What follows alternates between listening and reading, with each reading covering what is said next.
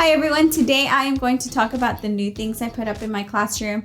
Honestly, this is my 7th year teaching and I feel like I'm still not ready, but my main focus this year was to keep everything organized and make my students self-sufficient and make them more independent so they can access things without my help and they can put them away without my help. And that was the focus this year during my summer planning when I was talking to my team members or when I was talking to my other teacher friends. We all kind of came up with ideas of how we can make our classroom more self-sufficient and more organized. My first big change to extend the theme of my succulents and wood patio classroom is my door. I decided to find the white shiplap Bayless paper that I've seen all over Instagram, and all these teachers had it.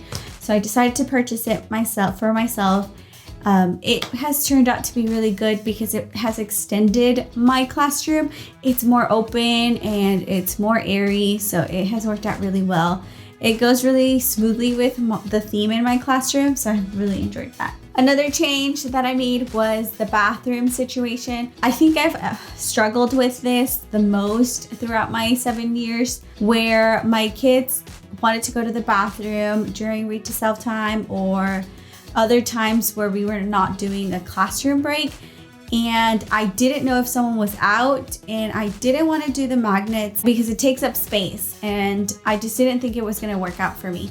So I decided to find these buttons that are just battery operated. I put boys and girls, and if a child is going to the bathroom, they go out and they press it. When they come back, they press it again and it turns off, and that lets the other kids know that somebody's in the bathroom, but it also lets me know more easily that someone is out. I'm trying to keep this as simple as I can for my second graders, and so far we've been in school for a week and a half and it has worked out really well, and actually they're so excited to press that button. They're voluntarily just going up there. I did have to set expectations about how to do it, but it has worked out really well. I also added some decoration stuff next to my calendar. So I went to Hobby Lobby during their sale and I purchased these succulent frames. They were like 50% off, so it wasn't bad. I think the original price was $9.99 and basically it was pretty cheap, and it frames my calendar really well. Again, that is not something for the students, it's actually for me and it makes me happy, so I really like it. Another thing I did for myself, and I thought it was really going to be important this year, is to keep my desk as organized and clean as I can. I think every teacher has this struggle where everything starts stacking up everywhere, and at the end of the day, you can barely see your desk. And I'm trying my best to keep my desk as clean as possible, so I've decided to remove all the extra things, and I just added this little wood palette with pens and pencils and a little coaster for my water, and that's it. Everything else is in another place or it's organized inside my desk. I'm really going to try hard to keep everything organized and leave everything organized in case I ever need a sub and they need to be able to find either my sub plans or just find little notepads to write on. It was incredibly messy, so this is going to be my long-term goal for the rest of the year. Following with the same theme of organization, I think this year that's my whole theme. I've decided to buy these IKEA buckets that fit perfectly in the little cubbies behind my desk, and I decided to put color pencils, crayons, glitter, kind of the crafty things that we'll need but doesn't need to be displayed every single day.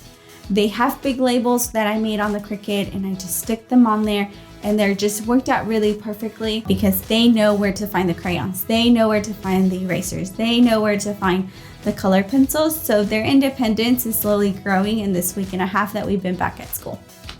My biggest project this summer was to organize my classroom library. It has been a mess. It's been 7 years.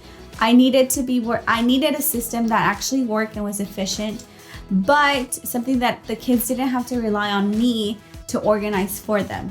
So this summer I decided to bring all of my books back to my house and make labels. First I had to organize them in stack and see which genre they would go in, like which category. and I had to make the labels, stick the labels on the back, and put some tape on the back, and it took a long time. But right now we're starting Reader's Workshop, where they're starting to pick out their own books, and they might find a book that they don't like. They're able to simply just turn the book around and see this label and put it back in the bucket that it belongs in. I think that had been my main default of just not putting this label on the book, and my books were getting all scattered or they were getting lost. But this year, it makes me so proud when my students are like, oh, where does this book belong? And they know exactly where to put it. And I'm like, all of my work that I put into it has paid off because they're so independent. So for them to be able to do Reader's Workshop at the beginning and put a book back where it belongs, it's such a great success for them. And it makes me really proud as their teacher. Another thing I added around my desk just to take the clutter out was my pegboard. I have the whole succulent theme going on. So my students have noticed, and they bring little succulent plants, or they bring like little quote frames, which is really cute. And I want to display them in a way where they see that I appreciate their gifts. So I decided to go to IKEA and buy this little pegboard. At first, it was really hard because that wall is made out of brick. I found a way to hang the pegboard, and it looks really fantastic. I've had my principal come in and other teachers, and they're like, it looks so cute, which again, that's something for myself. It's just something to look forward to, especially if I spend lots of hours. I've even bought little containers so I can put like pieces of gum and mints on there. So I'm really excited to see how, as the year progresses, how I'm going to be adding stuff to my pegboard.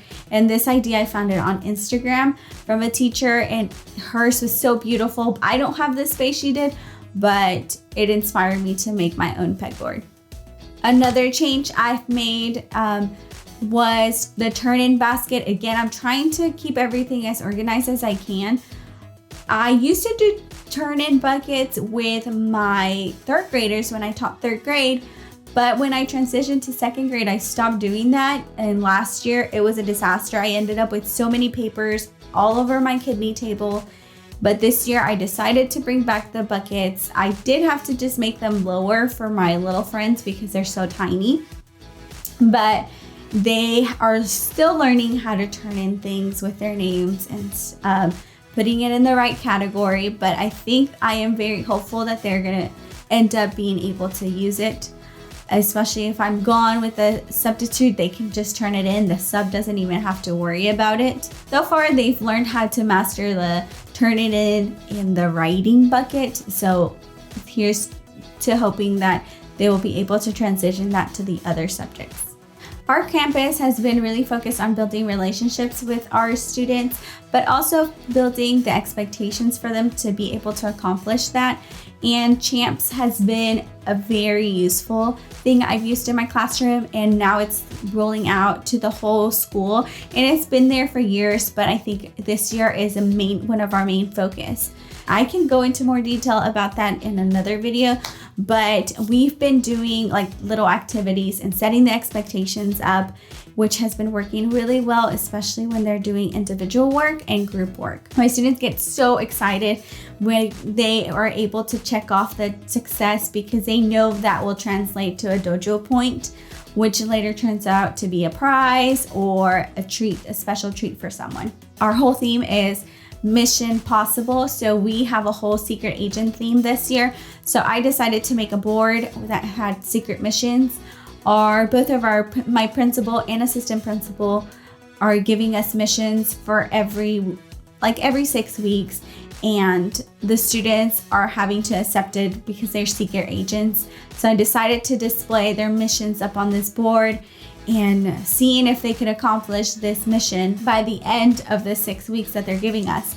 It's really exciting how if I put a paper up, they get so excited just to be called secret agents. So these are the changes that I have made. And so far, most of them are working out really well, which most of them that are working are the ones I had to put in the time in. But it's making my procedures and setting expectations at the beginning of the year a lot easier because it's giving the students more power of their own learning and it's giving them power to organize their own classroom, which is honestly what I want them to end up doing. It's really nice to see them just blooming already, and it's only been a week and a half. These are all the changes I have made in my classroom. Some of them I could already see the change from last year or previous years. Some of them I'm still waiting to see the results because we have to practice. We've only been in school for a week and a half, so I'm very optimistic that everything's gonna work out. Thank you so much for watching, and I hope you enjoyed this video. If you did, please like and subscribe and share it with other people. Thanks, bye.